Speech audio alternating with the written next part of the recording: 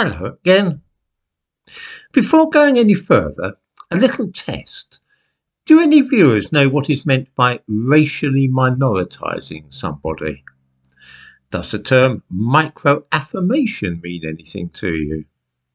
Perhaps so you understand what is meant by race fluency. You don't? Shame on you.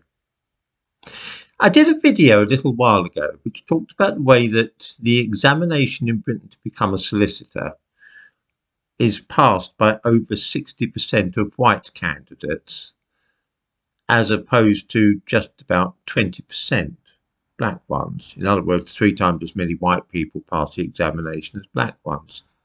This is embarrassing, but the Law Society, who regulates solicitors, make up for it by putting a lot of stuff on their website about anti-racism. In other words, 80% of black people may fail their exam, but it's not because we don't understand about racism. The problem is that much of the information they put up is written in an incomprehensible code that none of us will really understand. This is, of course, typical of anti-racist material, and we can't really blame the Law Society for buying into this nonsense. In the description to this video, I give a link to the Law Society's own declaration on the subject. The first thing we notice is that the grammar and punctuation are not all that brilliant here, and the construction of sentences is awkward. I think this is because the Law Society has paid somebody to do all this. They've hired someone to give them an anti-racist declaration, and whoever's done it has not been particularly, well, I'm trying to think how to put it. It's written in what I describe as semi-literate formal, which is the sort of English that uneducated people think makes them sound posh and grand.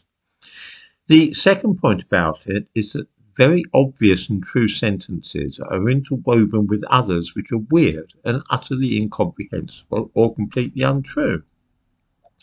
For instance, we read, "Language is continuously evolving," and then a few lines later, "Identity is extremely personal."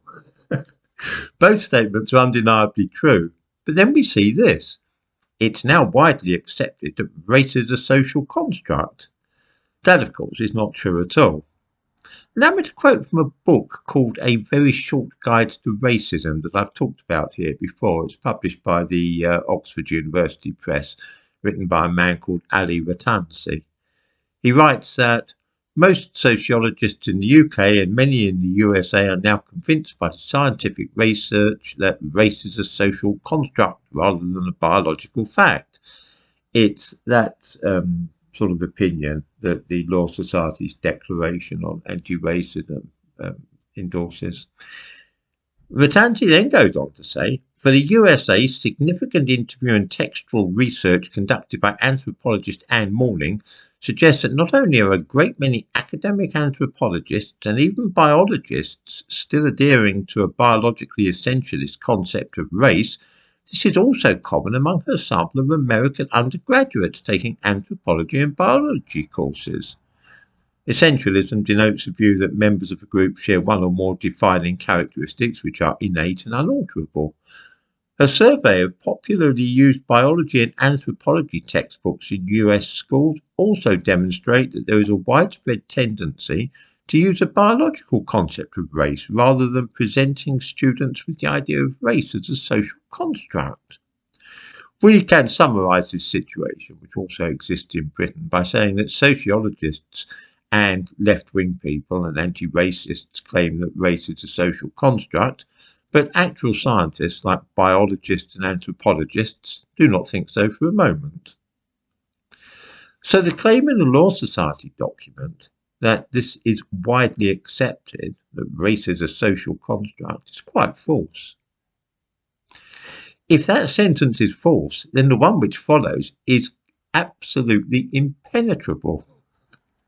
We read that, however, having been racialized and shared common experiences of racism, racial identity, is important to many and can be a basis for collectively organizing and support for racially minoritized individuals. What on earth is a racially minoritized individual? Well, we're not told at once. Then there is a discussion of the term BAME, which is of course an acronym for Black, Asian and Minority Ethnic. Sometimes people say BAME. We are warned, saying he's a BAME solicitor where possible. Be specific and say he's a black solicitor or she's an Asian solicitor. Who in this world would have constructed that sentence and say he's a BAME solicitor? What world do the people live in who write this stuff, where one has to advise against saying such things? There's a list of tips, including these two. Respect people's preferences and allow options to self-describe when asking survey questions. Does that mean I can now self-describe myself as English on forms rather than just British? Because I know quite a few people who have been prevented from self-describing themselves in that way. Then too, we see this handy tip. It can be okay to clarify how people describe their identity, but first question why you need to know and avoid making racially minoritized individuals feel like outsiders by asking questions like, where are you from? Again, the use of that expression, racially minoritized, without any explanation of what it means. Note too the commonly cited so-called microaggression of asking where somebody is from. There is actually later on in the document an explanation of the term racially minoritized, but I'm none the wiser after reading it. Minoritized ethnic, or the similar term racially minoritized, has been recommended more recently as it recognizes that individuals have been minoritized through social processes of power and domination rather than just existing in distinct statistical minorities. Now, I hope that makes clear to you what is you have to understand by racially minoritized. If we click on a highlighted line called Read the Conversation on Race, it will lead us to another page, even worse than the first one. It begins by saying, one of the many implications of the racial disparities exposed by COVID-19 and the Black Lives Matter movement in the summer of 2020 has been a hurried and heightened sense of urgency in organisations to talk about race.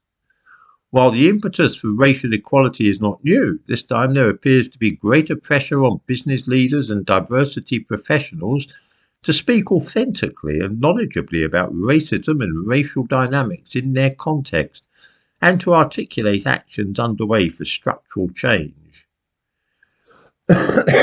This all sounds very learned, but of course it's just waffle, throwing in words like dynamic and articulate and so on. It's designed to make this sound as though it's a piece of rigorous and precise writing. It's not. It's just vague nonsense. The only real clue or matter of interest in that is a discussion or the mention of the diversity professionals. This is really touting for business. Even the specific recommendations are impossible to make any sense of. How about this? Minority ethnic and white employees tell us time and again that they want to hear leaders call out discrimination and to see HR disrupt biased talent management practices, for example, limiting stretch opportunities only to those who are being informally sponsored by senior leaders. What on earth is a stretch opportunity? Do they mean promotion? Does anybody understand what is meant by biased talent management practices? The 8 actions you can take are also very hard to make any sense of. The first is, do not hide behind geographic cultural diversity when you are talking about race, ethnicity and diversity. I literally have no idea what this means. So this is an action I would be unable to take even if I wanted to. What about show your openness to learning and role model vulnerability? Recognise your limitations and accept you do not have all the answers. What on earth is role model vulnerability? Documents like this are deliberately designed to be opaque so that the bosses, who won't be able to understand much of it any more than I have been able to, will feel the need to hire a diversity professional to come and hold workshops for staff to train them how to be anti-racist. Will those who think this sounds like rubbish be likely to challenge it at a workshop and ask sort of awkward questions or make the comments that I've been making here? No, they won't, not unless they wish to be marked out as a troublemaker or racist. This is a very profitable business these days in the wake of the Black Lives Matter movement.